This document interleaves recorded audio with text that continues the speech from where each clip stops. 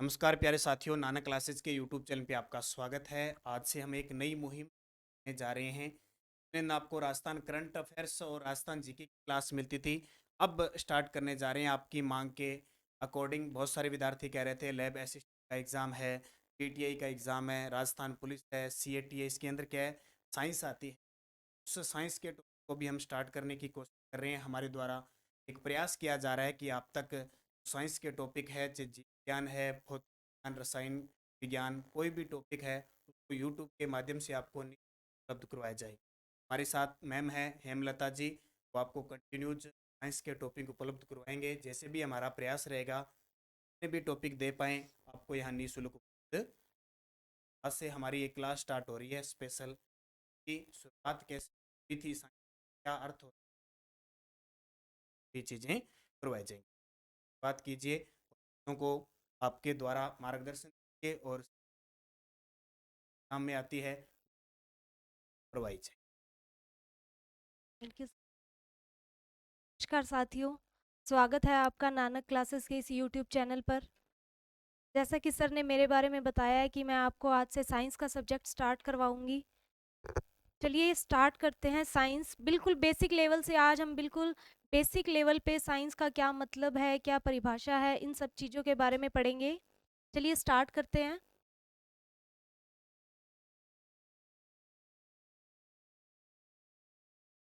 Science, जिसे हिंदी में हम क्या कहते हैं, विज्ञान। अब साइंस सब्जेक्ट जो है 10th तक सभी बच्चों ने क्या होता है, पढ़ा हुआ होता है। बेसिक चीज जो है इसकी हमारी क्या होती है, स्टार्ट हुई है या हम किसको स्टार्ट करेंगे। तो साइंस शब्द जो है, सबसे पहले हम देखते हैं कि ये शब्द की उत्पत्ति कहाँ से हुई है या साइंस का मीनिंग क्या है। तो साइंस शब्द जो है ये लेटिन भाषा के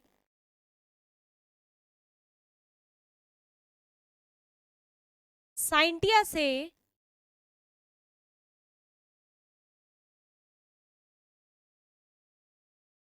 उत्पन्न हुआ है या उत्पत्ति हुई है। इस साइंटिया शब्द का यदि हम इंग्लिश में मतलब देखें तो इंग्लिश में इसका क्या मतलब बनता है, टू नो, या हम कहें नॉलेज।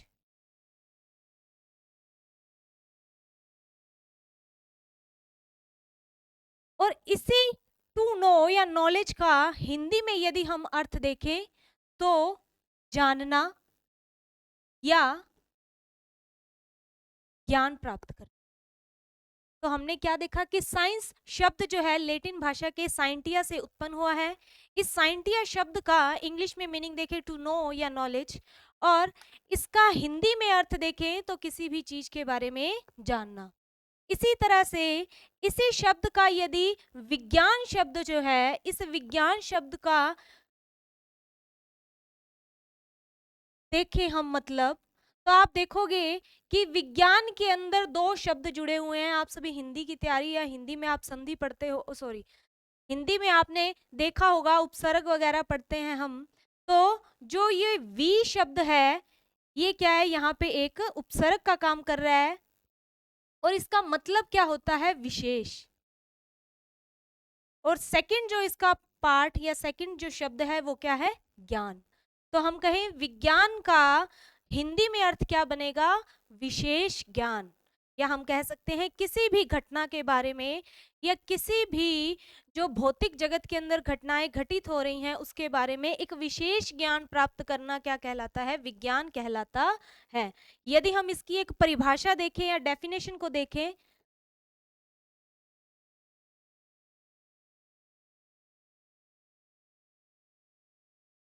तो डेफिनेशन क्या बनेगी इसकी, भौतिक जगत में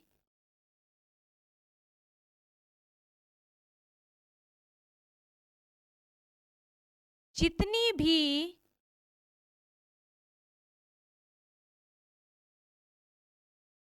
घटनाएं घटित हो रही हैं उनका विशेष ज्ञान, या हम एक स्पेसिफिक वर्ड यूज कर सकते हैं यहाँ पे, उनका विशिष्ट व क्रमबद्ध ज्ञान।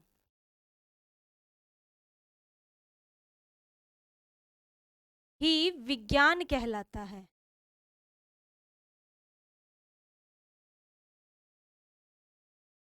या हम कह सकते हैं the systematic and specific knowledge is called science. तो आज हमने यहाँ पर देखा साइंस शब्द की उत्पत्ति, साइंस की परिभाषा। नेक्स्ट हम देखेंगे साइंस जो है दो तरह की है।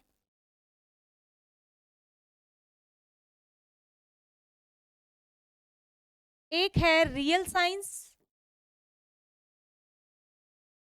एंड सेकंड वन इज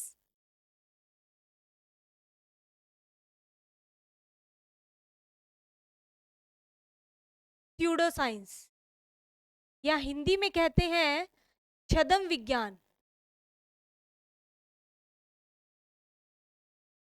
और इसे कहते हैं वास्तविक विज्ञान।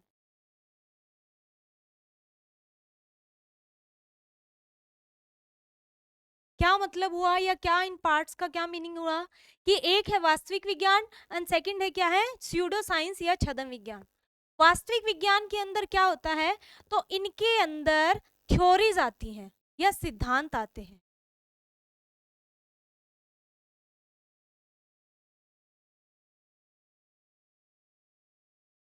और यहाँ पे क्या आती है अवधारणाएं।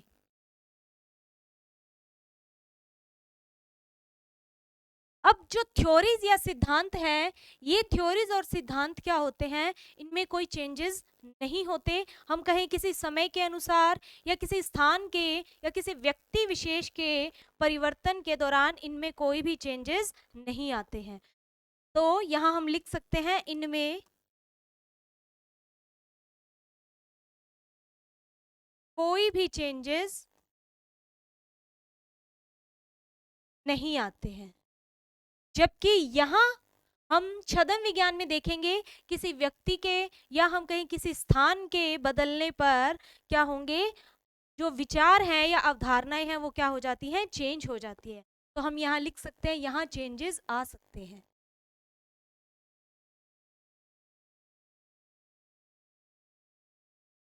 अब हम इसको एग्जाम्पल से समझें तो यहाँ पर वास्तविक विज्ञान के अंदर क्या हमने बोला कि इनमें कोई भी चेंजेस नहीं आते हैं। तो जैसे कि हम सभी पढ़ते आए हैं कि किसी भी वस्तु को, ये जैसे मान लीजिए मेरे हाथ में मार्कर है, इस मार्कर को यदि मैं यहाँ से छोड़ूंगी तो वो क्या होगा, नीचे की तरफ ही जाएगा।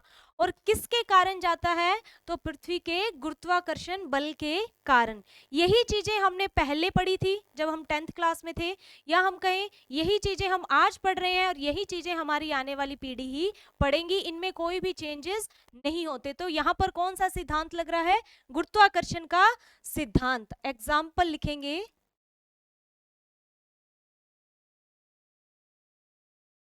गुरुत्वाकर्षण का सिद्धांत।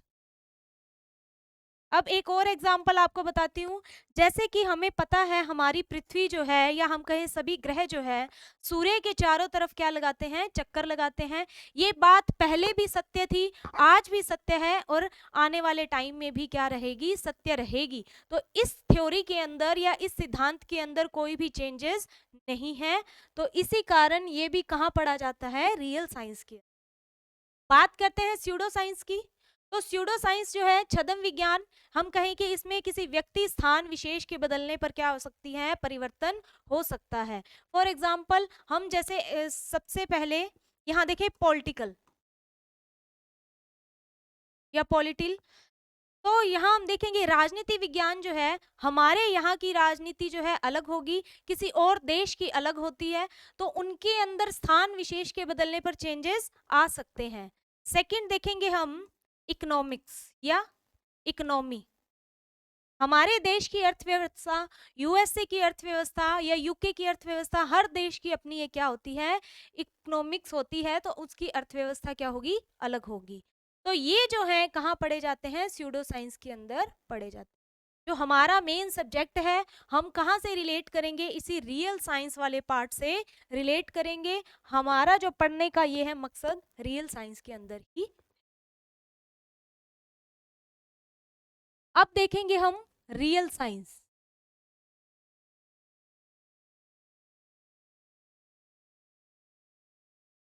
रियल साइंस दो तरह की है। पहली है biological science and second one is physical science.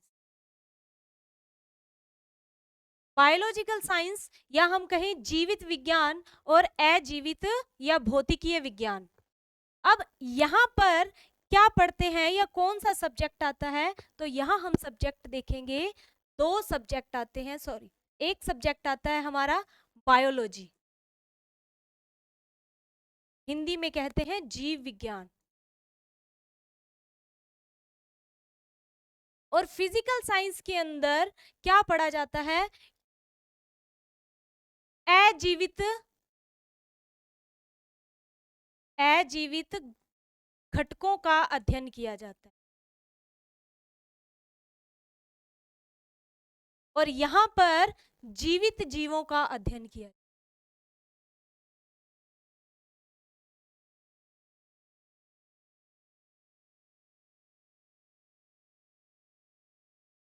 अब यहां पर जो सब्जेक्ट पढ़ेंगे वो कौन सा है, बायोलॉजी सब्जेक्ट। बायोलॉजी जो है जिसको हिंदी में हम क्या बोलते हैं, जीव विज्ञान। तो जीव विज्ञान में क्या होगा, जीवों का अध्ययन किया जाएगा। और ये जीव जो हैं ये छोटे सूक्ष्म जीव भी हो सकते हैं, ये बड़े जीव भी हो सकते हैं, ये पेड़ पौधे भी हो सकते हैं और ये जंतु भी हो सकते हैं। बायोलॉजी की दो आगे शाखाएं निकलती हैं।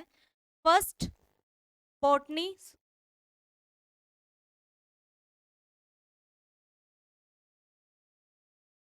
And second zoology. जूलॉजी को कहते हैं जंतु शास्त्र या प्राणी, और बॉटनी को वनस्पति विज्ञान।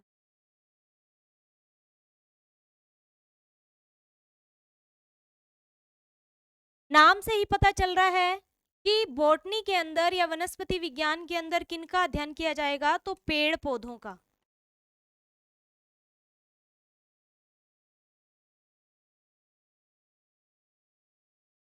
और जूलॉजी के अंदर जंतुओं का।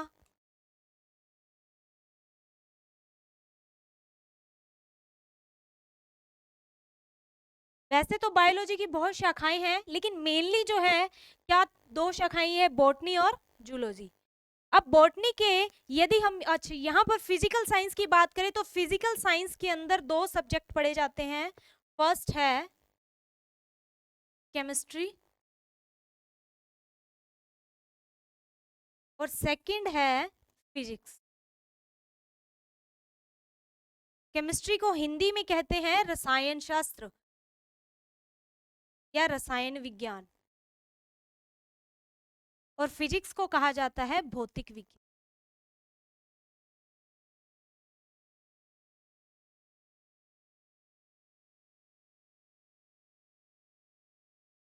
तो हमने देखा रियल साइंस। रियल साइंस के दो पार्ट हैं, बायोलॉजिकल साइंस या हम कहते हैं जीवित विज्ञान, and second is physical science या हम कहें अजीवित विज्ञान। यहाँ पर जीवित जीवों का अध्ययन किया जाता है, यहाँ पर अजीवित जीवों का अध्ययन किया जाता है।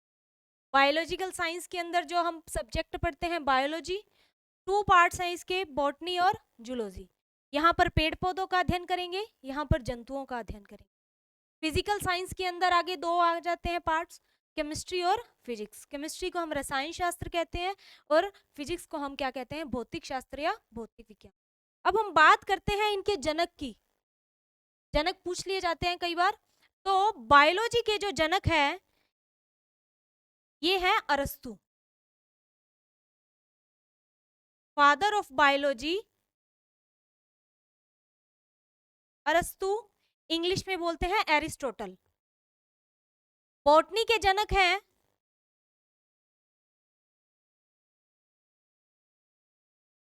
थियोफ्रेस्टस।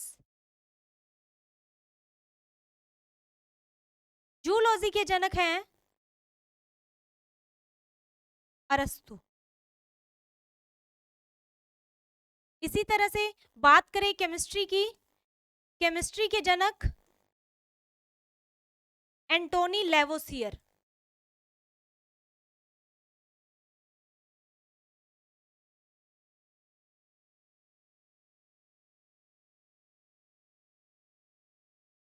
और फिजिक्स के जनक, तो फिजिक्स के हम यदि पूछें आपसे तो पुरानी फिजिक्स के हैं, वो है आइजैक न्यूटन।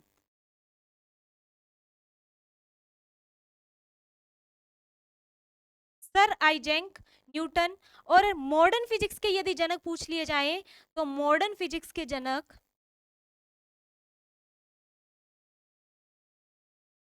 आइंस्टीन।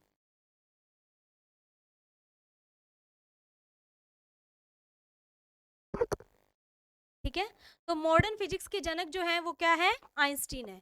यहाँ पे हमने जो साइंस ये है इसकी, यहाँ पे हमने रियल साइंस की ब्रांचेस देख ली। वैसे तो बायोलॉजी की बहुत ब्रांचेस हैं आजकल पढ़ी जाती हैं, लेकिन मेनली जो दो ब्रांचेस हैं वो कौन सी है, बॉटनी और आजकल एक ब्रांच है जो बड़ी मतलब कि क्या है पढ़ी जाती है, या उसके बारे में बहुत ज्यादा रिसर्च हो रही है। हमने देखा था पिछले दिनों में कि नाम सुना था सभी ने, उस एक महामारी आई थी जिसको कोरोना वायरस कहा जाता था, कहा जाता है, जाता था नहीं, कोरोना वायरस है, महामारी से हमारी पूरी दुनिया जो है वो जूझी थी। तो उस कोरोना वायरस जो है ये ऐसा एक वायरस है, या हम कहें ऐसे जीव हैं जो बहुत ही ज्यादा क्या होते हैं, सूक्ष्म होते हैं। अब बात हमने जब पीछे यहाँ पे देखा कि हमने वनस्पति विज्ञान देख ली, जूलॉजी देख ली, इनके अंदर जो जीव आते थे वो जीव क्या थे, थोड़े आप उसको देख के उसको बता सकते हो, लेकिन जो सूक्ष्म जीव हैं उनके बारे में भी पढ़ना क्या हो गया था, जरूरी हो गया था, क्योंकि उन सूक्ष्म जीवों को ना तो आप देख सकते हैं नेगेटिव आइट से, तो उनके लिए या उनके उनसे हमें बचाव करने के लिए उनका अध्ययन करना जरूरी था। इसी कारण से एक बायोलॉजी की और शाखा है जो बड़ी फेमस है, जिसको कहते हैं हम माइक्रोबायोलॉजी,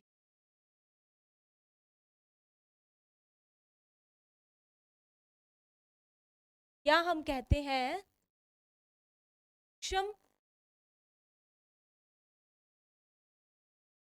सूक्ष्म जीव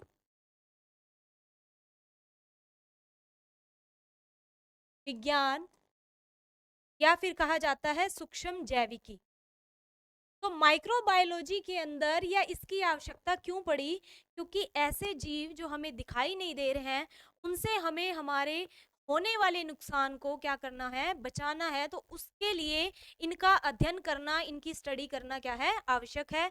और इतना आवश्यक है कि इसको पढ़ने के लिए अलग से इसकी क्या बना दी गई है, बायोलॉजी की एक शाखा बना दी गई है जिसको माइक्रोबायोलॉजी कहते हैं। और इसके जो जनक हैं लुई पाश्चर।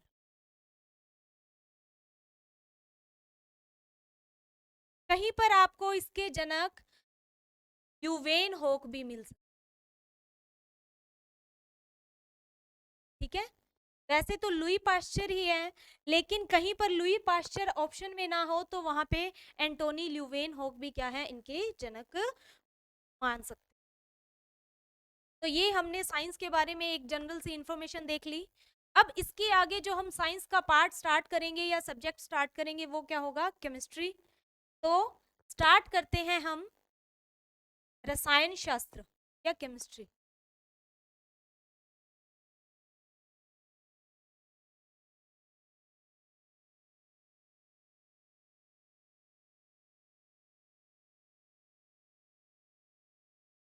रसायन विज्ञान। अब वही बात दोबारा, जैसे हमने बायोलॉजी के अंदर या हमने साइंस में देखा था साइंस की उत्पत्ति कहाँ से हुई है, उसी तरह से ये जो केमिस्ट्री है, या हम कहें कि ये जो रसायन विज्ञान है इसकी उत्पत्ति कहाँ से हुई है, तो यह शब्द जो है इसकी उत्पत्ति मिस्र भाषा के, या हम कहें इजिप्ट के कीमिया से हुई है। कीमिया शब्द से, जिसका मीनिंग है काला रंग। तो रसायन विज्ञान या हम कहें केमिस्ट्री की उत्पत्ति किससे हुई है? इजिप्ट के या मिस्र भाषा के कीमिया शब्द से हुई है, जिसका मतलब है काला रंग। अब यदि बात की जाए कि केमिस्ट्री के अंदर हम पढ़ते क्या हैं, केमिस्ट्री के अंदर या इसको क्यों पढ़ा जाता है, रसायन विज्ञान के अंदर किस चीज को पढ़ा जाता है, तो हम यहाँ लिखेंगे। अच्छा, जनक की बात करें, जनक की बात पीछे भी कर ली थी। फादर ऑफ केमिस्ट्री क्या है? Antony Lavoisier.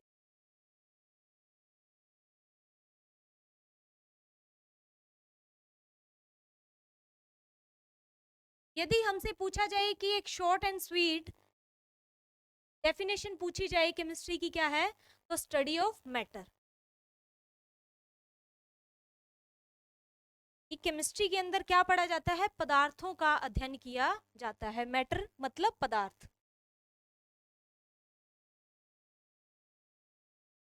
Study of matter is called chemistry.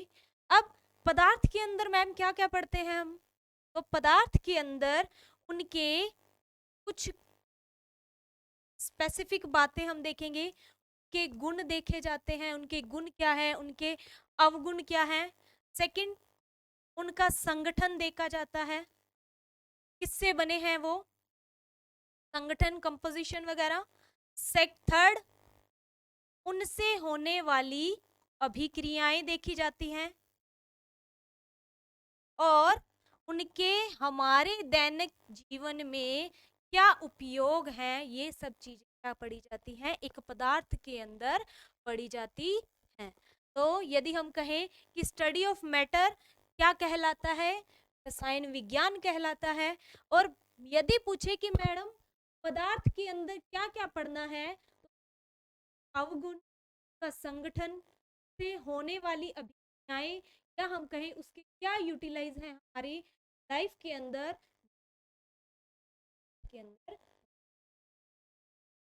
ये सब चीजें क्या हो गई? पदार्थ से रिलेट करने वाली चीज पढ़नी है। अब बात आती है कि मैडम आपने पदार्थ का तो बोल दिया, पदार्थ का अध्ययन कर, तो ये पदार्थ होता किसको है, होता क्या है? या हम कहें क्या ऐसे गुण होंगे जिसको हम पदार्थ कहेंगे, या हम कहें कि किस चीज को पदार्थ की संज्ञा दी गई है या इस पदार्थ का नाम दिया गया है? सबसे पहले यहाँ हम लिखते हैं पदार्थ। मैटर क्या चीज है?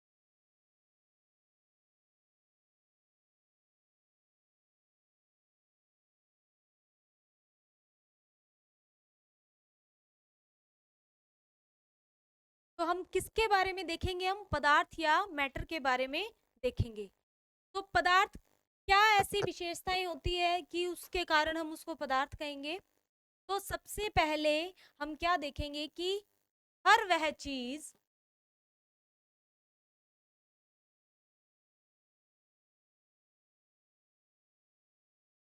जो स्थान घेरती है, फर्स्ट ऑफ ऑल हर वह चीज जो स्थान घेरती है। सेकंड पॉइंट, जिसका कुछ न कुछ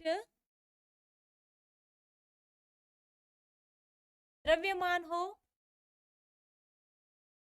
थर्ड, जिसमें जड़त्व का गुण हो। और फोर्थ, से महसूस,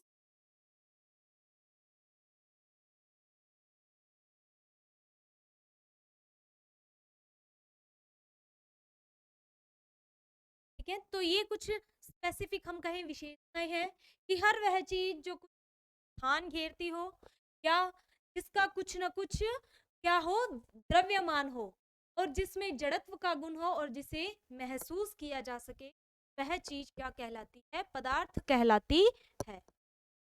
अब इसमें दो तीन शब्द आए हैं, जैसे कि हम बात करें द्रव्यमान। तो द्रव्यमान क्या है? इसको इंग्लिश में बोलते हैं मास, कहते हैं मास।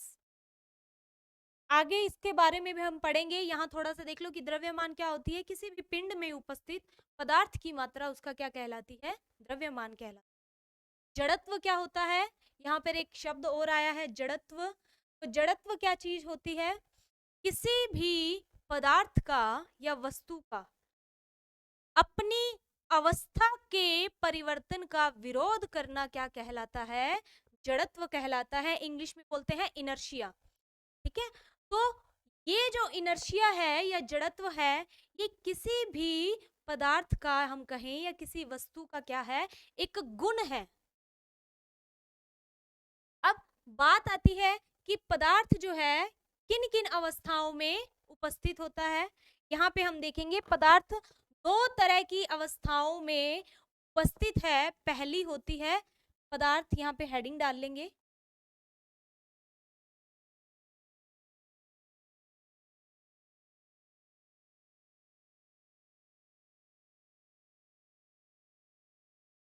पदार्थ की अवस्थाएं।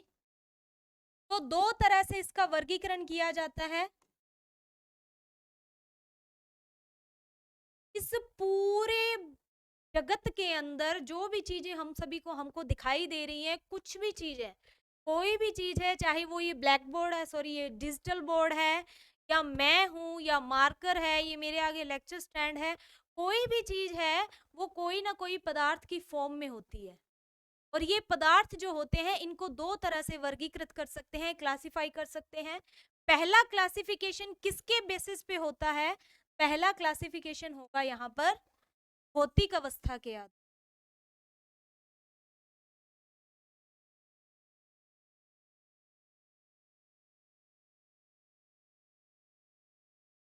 और सेकंड क्लासिफिकेशन होता है रासायनिक अवस्था के आधार।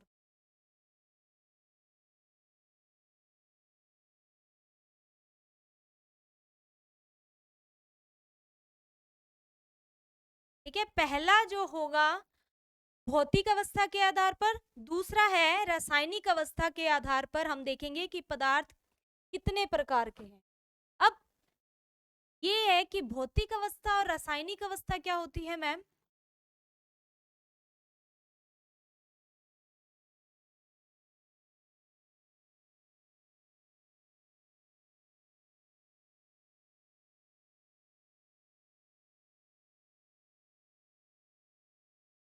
तो भौतिक अवस्था होती है, या हम जिसको इंग्लिश में बोलते हैं फिजिकल अपीयरेंस। फिजिकली आप कैसे दिख रहे हो, आपकी हाइट कितनी है, आपके चेहरे का रंग कैसा है, आपके बालों का रंग कैसा है, आपकी आंखों का रंग कैसा है, वो आपकी क्या है, एक फिजिकल अपीयरेंस है। आपको देखने से ही पता चल जाए कि ये पदार्थ कैसा है। अब हम भी क्या है, एक पदार्थ है, लेकिन हम कैसे पदार्थ काउंट होते हैं, हम सजीव पदार्थ काउंट होते हैं। यहाँ हम जो बात करेंगे वो निर्जीव पदार्थों की बात करेंगे। अब हमारे सामने सबसे पहले ये मेरे हाथ में एक मार्कर है, ये मार्कर मेरे बड़े काम आता है, एक तो लिखने के, एक एग्जाम्पल देने के। तो ये मार्कर है, हम सभी को पता है किस फॉर्म के अंदर है, ये ठोस है। ठीक है, क्या है, किस फॉर्म में है, सॉलिड फॉर्म के अंदर है, ठोस अवस्था के अंदर है। तो हमको दिखाई दे रहा है कि ये मजबूत है, टूटेगा नहीं, तो हम इसको बोल सकते हैं साइंस की लैंग्वेज में ये सॉलिड फॉर्म के अंदर। उसी तरह से पानी जो है पीने वाला, आपको पता है वो कौन सी फॉर्म के अंदर है, लिक्विड फॉर्म के अंदर है। इसी तरह से जो ऑक्सीजन हम अंदर ले रहे हैं, तो CO2 बाहर निकाल रहे हैं, ये कैसी अवस्थाएं हैं, ये गैसीय अवस्थाएं। ये सब क्या है, पदार्थ है, लेकिन इनकी फिजिकल अपीयरेंस या हम कहें भौतिक अवस्थाएं क्या है, अलग अलग हैं। तो भौतिक अवस्था के आधार पर यदि हम देखें तो पदार्थ जो होते हैं 5 प्रकार के होते, लेकिन हमें इस प्रकृति के अंदर दिखाई कितनी तरह के देते हैं, 3 तरह के। ठीक है, होते 5 हैं, लेकिन हम कहें कि हमें दिखाई कितनी तरह के देते हैं, 3 तरह के। जो कहें हम पदार्थ हैं या पदार्थ की अवस्थाएं हैं, वो हमें प्रकृति में आपको मिल जाएंगी। बाकी 2 जो है, ये क्या होती है, इनको लैब के अंदर क्रिएट किया जाता है या फिर बनाया जाता है। तो हम देखते हैं सबसे पहले भौतिक अवस्था के आधार पर वर्गीकरण।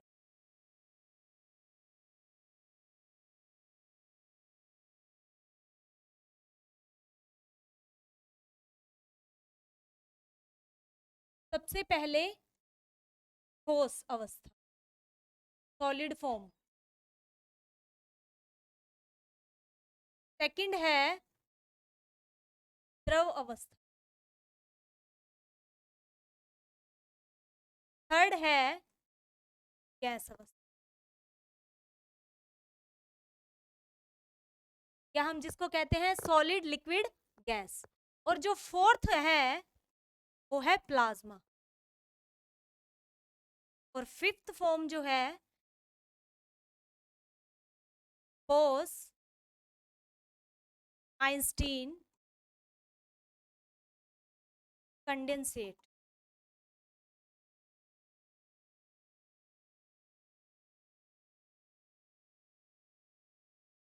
शॉर्ट में लिखते हैं बीई। अब यहां पर हम देखेंगे जो शुरू की 3 अवस्थाएं हैं ये आपको नेचर के अंदर दिखाई देंगी। कुछ वस्तुएं या कुछ पदार्थ आपको सॉलिड फॉर्म के अंदर दिखाई देंगे, कुछ आपको लिक्विड फॉर्म के अंदर दिखाई देंगे, कुछ गैसीय अवस्था के अंदर। प्लाज्मा और बीईसी है ये नेचर के अंदर आपको सीधा अवेलेबल नहीं होते हैं। हाँ, लेकिन एक प्लाज्मा फॉर्म जो है ये प्रकृति में सूर्य और तारों के अंदर पाई जाती है। इसके अलावा प्लाज्मा अवस्था या बीईसी अवस्था जो है ये लैब के अंदर क्या की जाती है, क्रिएट की जाती है, टेम्परेचर को बढ़ाकर, टेम्परेचर को कम करके। उसके दौरान इन दोनों अवस्थाओं को क्या किया जाता है, बनाया जाता है। तो अब हम पहले इन तीनों अवस्थाओं का क्या कर लेते हैं, तुलनात्मक अध्ययन कर लेते हैं।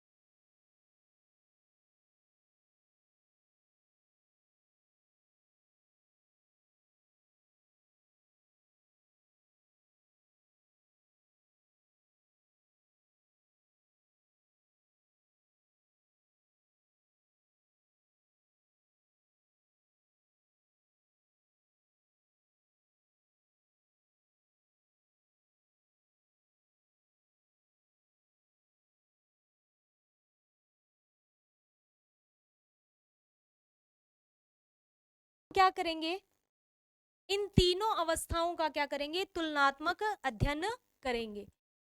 इनकी कंपैरेटिवली स्टडी करने से पहले हम क्या एक बार देखते हैं, लास्ट स्लाइड पे जाएंगे।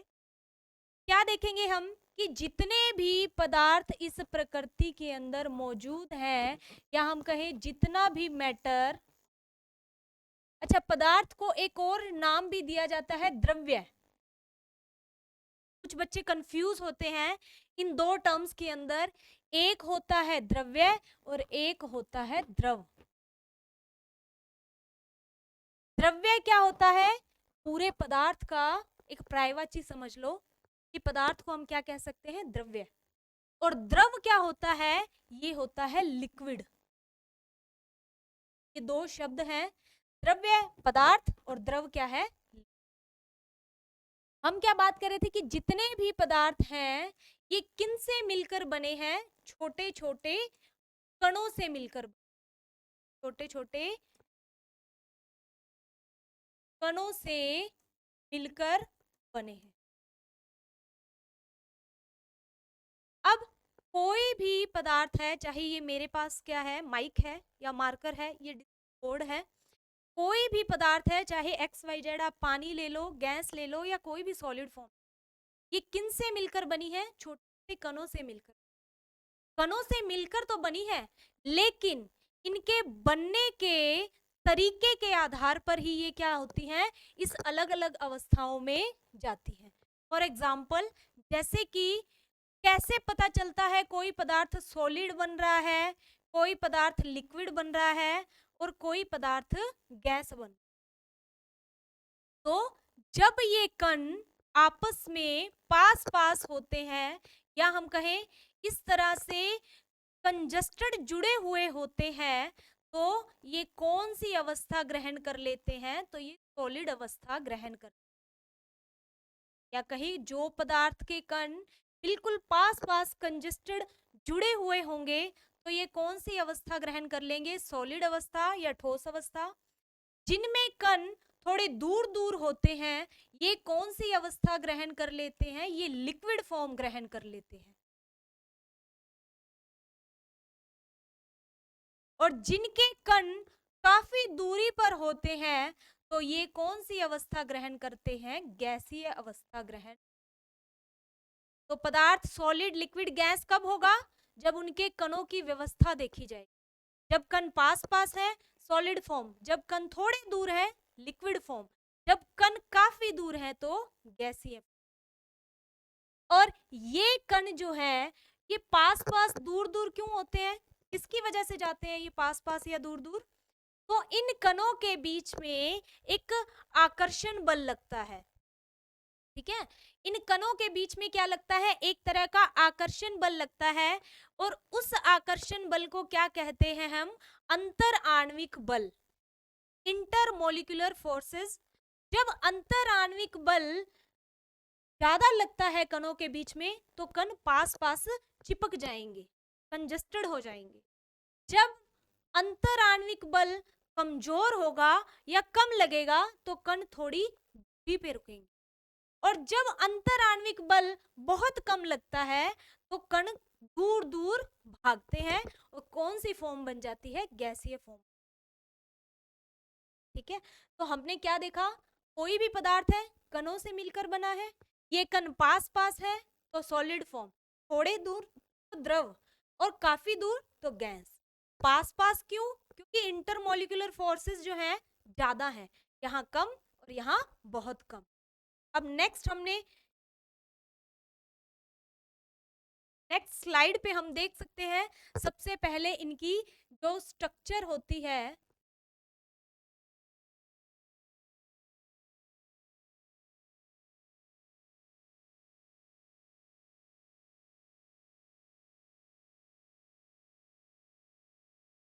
यहाँ पे बना देंगे। ये कण क्या क्या होते हैं? पास पास।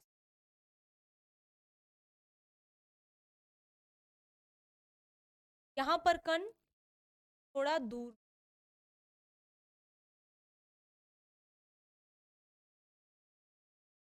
और यहाँ पर कणों की व्यवस्था अधिक दूर। सेकंड, ये फर्स्ट पॉइंट था। सेकंड देखेंगे आईएमएफ, या हिंदी में बोलेंगे अंतर आणविक बल। तो यहाँ पर अंतर आणविक बल ज्यादा लगता है। जब ऊपर की ओर एरो करूंगी तो इसका मतलब ज्यादा का शो कर रहा है, और जब नीचे की तरफ एरो करेंगे तो मतलब बल कम लग रहा है। अब इसी एरो को जब ज्यादा संख्या में बना दिया जाएगा, इसका मतलब इसमें लगने वाला बल क्या है? बहुत कम है। थर्ड पॉइंट देखें, आयतन, वॉल्यूम। वॉल्यूम क्या है, ये हम आगे पढ़ेंगे। वॉल्यूम क्या होता है? घेरा गया स्थान। अब मैं यहाँ पर खड़ी हूँ, मैंने जितनी जगह को, जितना एरिया को कवर करा हुआ है, ये मेरा क्या है? आयतन। इस डिजिटल बोर्ड ने इस दीवार के जितने एरिया को कम कवर कर लिया, वो इसका क्या है? तो जो सॉलिड होते हैं, इनका आयतन हमेशा क्या होता है? निश्चित होता है। एक फिक्स जगह को घेरेंगे। ये नहीं कि आज लेक्चर स्टैंड है या डिजिटल बोर्ड ने यहाँ से लेकर यहाँ तक जगह घेरी, कल ये फैल के बड़ी जगह घेर लेगा। ये सॉलिड फॉर्म के अंदर है, आज जितनी जगह घेरी है, कल भी उतनी ही जगह को यहाँ पर घेर।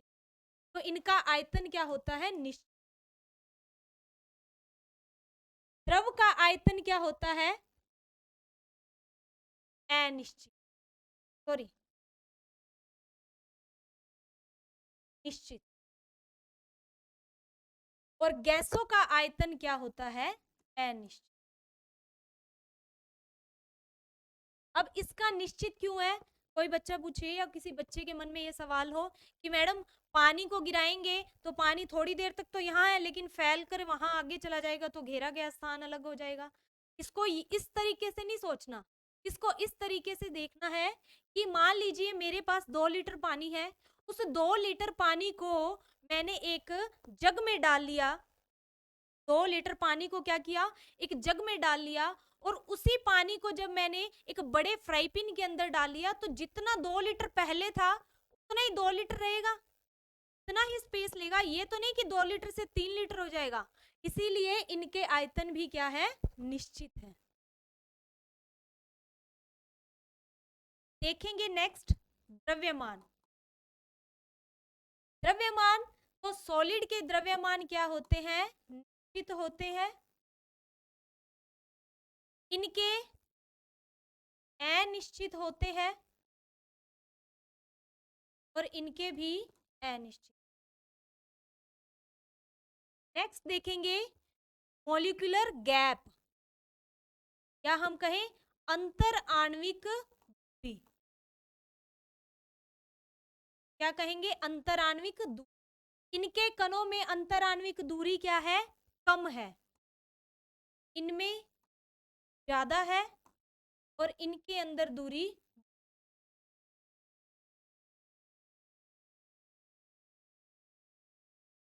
नेक्स्ट देखेंगे मेल्टिंग पॉइंट और बॉइलिंग पॉइंट। इनको हिंदी में कहा जाता है गलनांक और क्वथनांक। तो ठोस के गलनांक व क्वथनांक क्या होते हैं? निश्चित होते।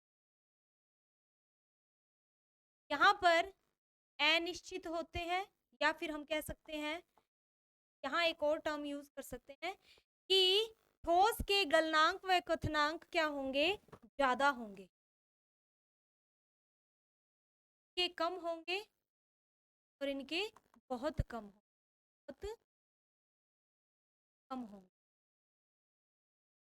नेक्स्ट एक पॉइंट और रह गया, घनत्व।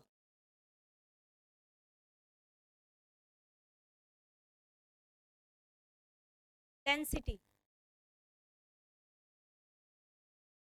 अब ये घनत्व क्या होता है? डेंसिटी, द्रव्यमान, आयतन, ये हम आगे सब चीजें पढ़ेंगे। तो ठोस अवस्थाएं जो होती हैं, ये ठोस पदार्थ होते हैं, उनके घनत्व क्या होते हैं? ज्यादा होते हैं। और इनके लिक्विड के कम होते हैं और गैस के हम कहें बहुत कम होते हैं। ये हमने क्या कर लिया? सॉलिड लिक्विड गैस की तुलनात्मक अध्ययन कर लिया, कंपैरेटिवली स्टडी कर लिया। तो इनके जो कण है, इनकी दूरी कम होती है, थोड़ी ज्यादा, और इनमें आकर्षण बल ज्यादा है, ये कम है और बहुत कम। का आयतन निश्चित है, का या हम कहें द्रव का भी निश्चित है, और गैस का क्या है? अनिश्चित। द्रव्यमान की बात करें, निश्चित होता है, अनिश्चित है। यहाँ दूरी की बात करें तो यहाँ पे कम है, यहाँ ज्यादा है। मेल्टिंग पॉइंट की बात करें, मेल्टिंग पॉइंट क्या होता है? किसी चीज को मेल्ट करना। हम बोलते हैं ना आइसक्रीम जल्दी खा लो नहीं तो क्या हो जाएगी? मेल्ट हो जाएगी। मेल्ट का मतलब वो सॉलिड फॉर्म से किस फॉर्म में चली जाती है? लिक्विड फॉर्म में, या हम कहीं पिघल जाती है।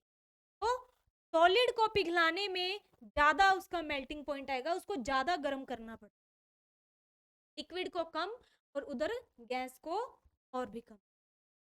डेंसिटी की बात करें तो जो सॉलिड होते हैं उनकी डेंसिटी ज्यादा होती है, लिक्विड की कम और द्रव की बहुत कम। ये हो गई हमने तीन अवस्थाएं जो प्रकृति के अंदर मौजूद है, उनके बारे में देख लिया। नेक्स्ट हम देखेंगे प्लाज्मा अवस्था। जो फोर्थ नंबर की अवस्था है, प्लाज्मा। अब प्लाज्मा की यदि खोज की बात करें तो खोज की थी इसकी विलियम क्रुक्स ने।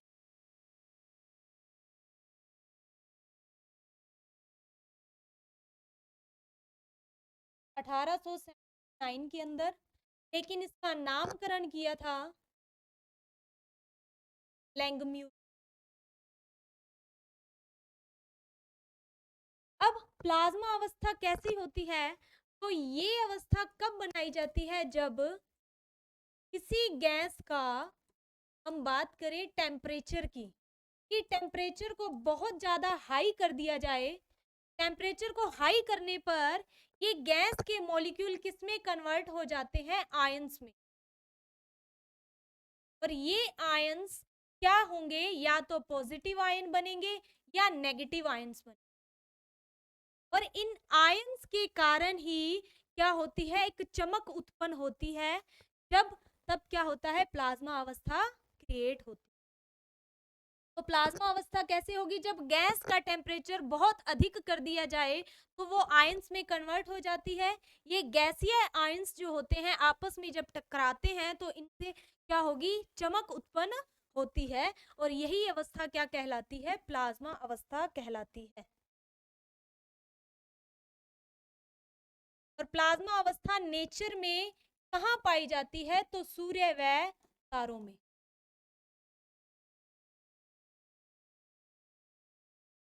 सूर्य व तारों की चमक का कारण, या चमक जो है वो किसके कारण है? प्लाज्मा। और यदि हम इसका एक और एग्जाम्पल देखें तो फ्लोरेसेंट ट्यूब,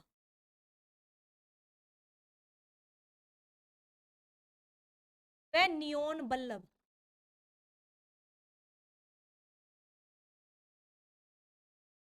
तो फ्लोरेसेंट ट्यूब और नियोन बल्ब जो है, इनके अंदर कौन सी स्टेट है? प्लाज्मा अवस्था। प्लाज्मा अवस्था, इसको क्या किया जाता है? टेम्परेचर को ज्यादा करके इसको क्रिएट किया जाता है लैब्स के अंदर। और फ्लोरेसेंट ट्यूब के अंदर क्या होती है? पारे की वाष्प।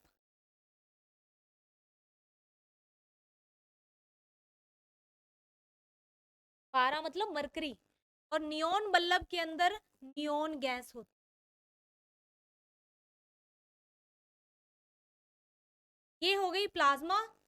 फिफ्थ की बात करते हैं हम, पांचवें नंबर पे, बी ई सी, या पांचवी अवस्था क्या है? बोस आइंस्टीन।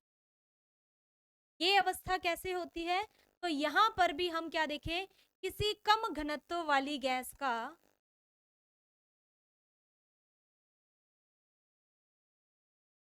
यहाँ टेम्परेचर हमने क्या किया था? राइज किया था, बढ़ाया था। यहाँ टेम्परेचर क्या कर देंगे? निम्न कर देंगे, बहुत कम कर दिया जाए।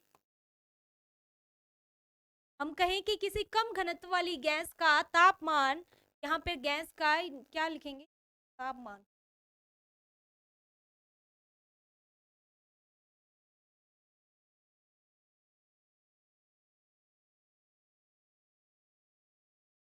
तापमान बहुत कम करके बीईसी अवस्था प्राप्त की जाती है।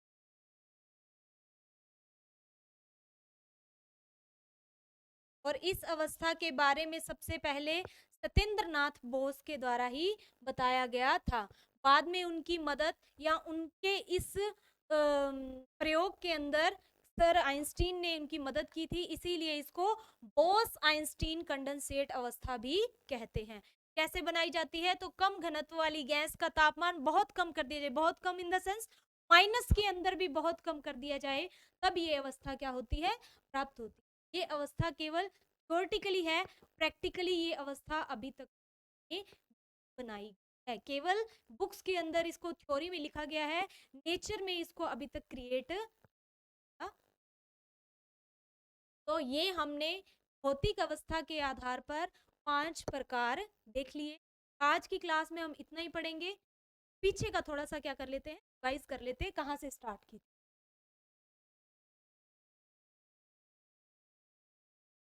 सबसे पहले हमने स्टार्ट किया था साइंस। तो साइंस जो है, हमने क्या पढ़ा कि इसकी उत्पत्ति लैटिन भाषा के साइंटिया से हुई है। इसका मतलब है किसी के बारे में जानना या ज्ञान प्राप्त करना। और कैसा जानना? उसके बारे में एक क्रमबद्ध ज्ञान प्राप्त करना और एक विशिष्ट ज्ञान प्राप्त करना ही क्या है? साइंस है। दो तरह की साइंस है, रियल साइंस। रियल के अंदर हम क्या पढ़ते हैं? जिनमें थ्योरीज आती हैं, जिनमें चेंजेस नहीं होते। और स्यूडो के अंदर अवधारणाएं हैं। ये अवधारणाएं किसी की भी चेंज हो, या मेरी अवधारणा किसी चीज हो रहा है तो किसी दूसरे व्यक्ति की उसके प्रति क्या होगी? यहाँ हमने देखा कुछ सिद्धांत वगैरह जो हमने पहले पढ़े हुए हैं। नेक्स्ट हमारे काम का जो पार्ट है वो रियल साइंस है। रियल साइंस के अंदर हम देखते हैं बायोलॉजी पढ़ेंगे, केमिस्ट्री पढ़ेंगे, फिजिक्स पढ़ेंगे, और इनके हमने यहाँ पर जनक देखे। नेक्स्ट हम देखेंगे कि एक और शाखा है जो पढ़ी जाती है, वो क्या है? माइक्रोबायोलॉजी को बोलते हैं, सूक्ष्म विज्ञान या सूक्ष्म जैविकी। इसके अंदर किन का अध्ययन किया जाता है? ऐसे जीवों का अध्ययन किया जाता है जिनको आप नेकेड आइज से या नग्न आंखों से नहीं देख सकते, लेकिन वो हमें हानि पहुंचाते हैं, हमारे लिए हार्मफुल है या एनवायरनमेंट के लिए हार्मफुल है। तो उनको पढ़ने के लिए या उनसे बचाव करने के लिए इनकी एक अलग से शाखा बना दी गई है, जिसको हम क्या बोलते हैं? सूक्ष्म जैविकी। इनके जनक है लुईस पास्चर, और इनको एंटोनी ल्यूवेनहोक भी कई बार दिया जाता है। नेक्स्ट हमने जो सब्जेक्ट स्टार्ट किया, केमिस्ट्री। केमिस्ट्री शब्द इजिप्ट भाषा के या हम कहें कीमिया से बना है, जिसका मतलब है काला रंग। और केमिस्ट्री के अंदर पढ़ा क्या जाता है? तो स्टडी ऑफ मैटर। मैटर के अंदर क्या क्या चीजें पढ़नी है, तो कुछ पॉइंट्स हैं। मैटर के गुण देखेंगे, अवगुण देखेंगे, उनका संगठन, उनकी अभिक्रियाएं, उनका हमारे जीवन के अंदर क्या उपयोग है, ये सब चीजें मैटर की काउंट की जाए। अब मैटर कहते किसको है, संज्ञा किसको दी गई है मैटर की, तो कुछ पॉइंट्स है, जैसे कि कोई वस्तु या कोई पदार्थ या कोई हम कहे चीज जो स्थान घेरे, जिसका कुछ द्रव्यमान हो, जिसका जड़त्व हो, जिसे पदार्थ की अवस्थाएं, या हम देखें दो तरह से वर्गीकरण किया गया है, भौतिक अवस्था के आधार पर और रासायनिक अवस्था। आज हमने केवल भौतिक वाला पूरा किया है, कल हम रासायनिक वाला पढ़ेंगे। भौतिक अवस्था के आधार पर 5 प्रकार होते हैं, प्रकृति में केवल 3 हमें दिखाई देते। कौन कौन से हैं, तो सॉलिड, लिक्विड, गैस, प्लाज्मा और बीई। हमने देखा कि पदार्थ बनता कैसे है, कणों से बनता है। जब कण पास पास तो सॉलिड फॉर्म, थोड़े दूर तो लिक्विड फॉर्म, बहुत दूर तो गैसीय। अब इनका तुलनात्मक अध्ययन देख लिया हमने, ये लिक्विड, सॉलिड, लिक्विड और गैस सारा हमने पढ़ लिया है क्या क्या है। नेक्स्ट, अब प्लाज्मा अवस्था कैसे बनी, तो प्लाज्मा की खोज की नामकरण लैंगम्यूर ने किया। जब किसी गैस का टेम्परेचर बहुत अधिक बढ़ा दिया जाता है तो वो गैस जो है आयंस में परिवर्तित हो, ये आयंस या तो पॉजिटिव होंगे या नेगेटिव होंगे। ये आयंस जब आपस में टकराते हैं तो चमक उत्पन्न करते हैं, जिससे क्या बनती है, प्लाज्मा फॉर्म। सूर्य व तारों की चमक का कारण क्या है, प्लाज्मा फॉर्म। नेक्स्ट बीईसी, तो बीईसी की खोज जो है सबसे पहले इसके बारे में सत्येंद्र नाथ बोस ने बताया था।